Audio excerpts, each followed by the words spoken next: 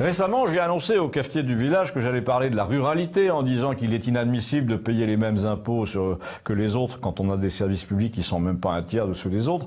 Et je lui ai dit que je m'apprêtais à défendre cette idée, puisqu'il existe une France à deux vitesses, dans tous les domaines, il faudrait tenir compte de ces deux vitesses et donc établir un contrôle technique à deux vitesses, des assurances routières à deux vitesses, un permis de conduire à deux vitesses, une fiscalité locale à deux vitesses, etc. Donc j'ai enregistré cette chronique et aussitôt il m'a reproché de ne pas avoir fait entrer le cas des hôtels, restaurants, cafés de campagne dans le tableau, ce que je fais donc tardivement mais bien volontiers, d'autant que le logiciel comptable qu'on leur a infligé en janvier les pénalise lourdement et d'autant aussi que rien n'est fait pour préserver cette flamme de vie dans les villages, ou très peu. Du coup, mon ami cafetier m'a envoyé le bulletin de son association professionnelle ou syndicat qui représente 77% des commerces de ce type.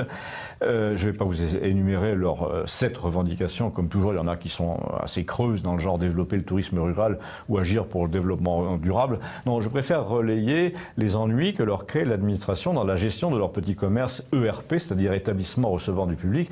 Et là, nous sommes dans le délire le plus complet. Même si vous avez 7 chambres dans un établissement bâti au XVIe siècle, il faut ménager l'accès plus ou moins autonome des personnes en fauteuil roulant, c'est se soumettre à des règles impossibles à suivre qui ont été la cause de nombreuses fermetures, même pour les établissements de 5e catégorie, c'est-à-dire les plus petits.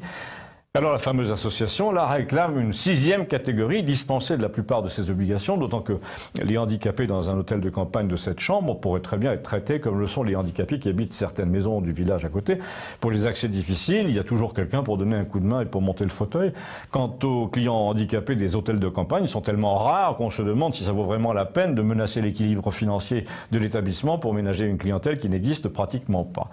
Et puis, bon, il y a la Française des Jeux qui n'attribue pas les licences facilement, les licences 4 qui peuvent quitter le département facilement en cas de succession, ce qui provoque un trou dans la toile des commerces ruraux.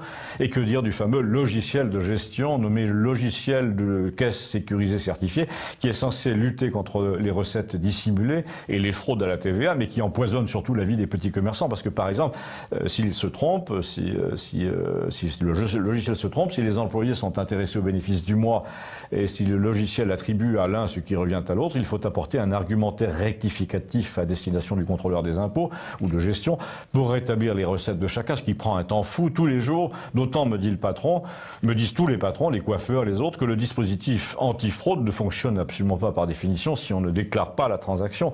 Tant que l'argent liquide continuera à être accepté, m'a-t-il dit, tu m'as compris. Et personnellement, a-t-il ajouté, je connais une foule de petits restaurants, plus ou moins table d'hôtes, qui disent carrément on prend pas la carte bleue. Généralement, ceux-là, ils font fortune assez vite.